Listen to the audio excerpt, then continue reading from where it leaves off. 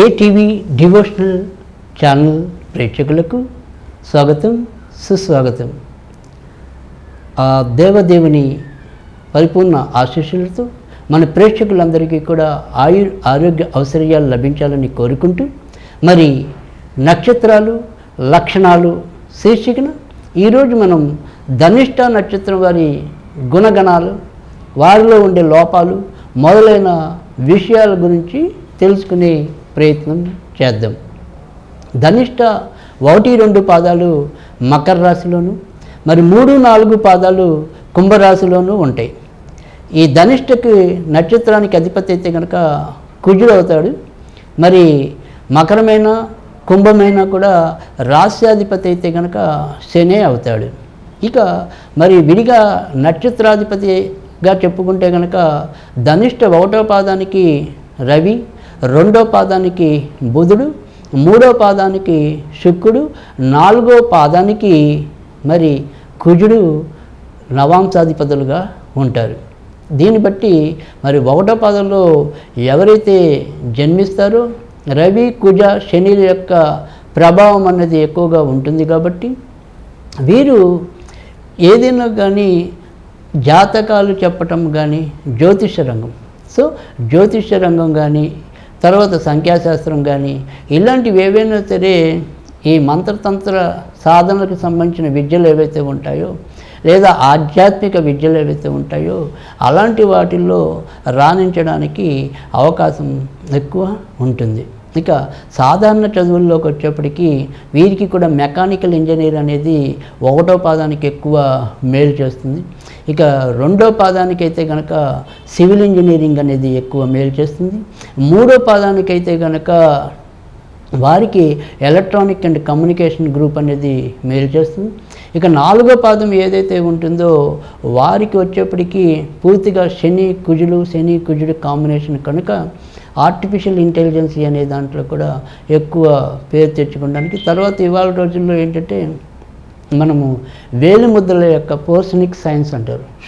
అలాంటి వాటిలో రాణించాలి అనుకున్నప్పటికీ కూడా వీరికి మరి 4వ పాదంలో జన్మించిన వాళ్ళకైతే కనుక మరింత ఉపయుక్తంగా ఉండడంలో సందేహం లేదు. ఇక ధనిష్ట నక్షత్రం వచ్చేప్పటికీ ఇది కుజుడు నక్షత్రంగానే మనం ఇందాక చెప్పుకోవడం అనేది జరిగింది.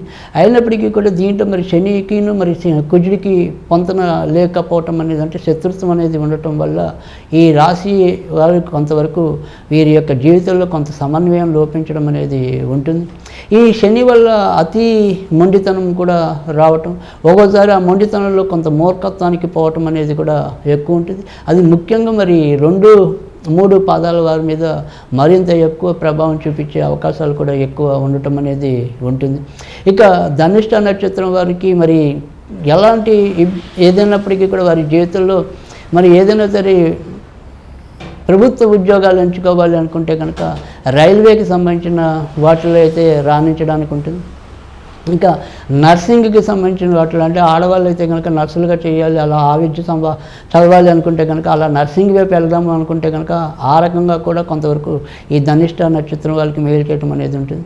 ఇక వైద్య శాస్త్రంలో కూడా కొంతవరకు వీరు ముఖ్యంగా ఏదైనా సరే మరి శస్త్రచికిత్స నిపుణులుగా పేరు పొందాలి అంటే కూడా సాధ్యమవుతుంది. తర్వాత మరి 4వ పాదంలో జన్మించిన వాళ్ళు ఎవరైతే ఉంటారో వారైతే ముఖ్యంగా ఈ శస్త్రచికిత్స నిపుణులు అయ్యే అవకాశాలు కూడా ఎక్కువ ఉండటం అనేది ఉంటుంది.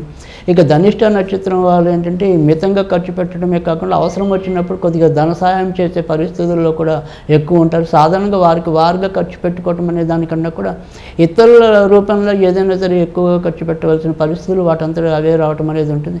పైకి కటువుగా ఉన్నప్పటికీ కూడా మళ్ళీ లోపల అయ్యో వాళ్ళని ఇలా అనేసాను అలా అనేసాను అనే ఒక బాధాతత్వం ఏదైతే ఉంటుందో అలాంటిది కూడా ఈ ధనిష్ట నక్షత్రంలో ఎక్కువ కనబడటం అనేది కూడా ఉంటుంది.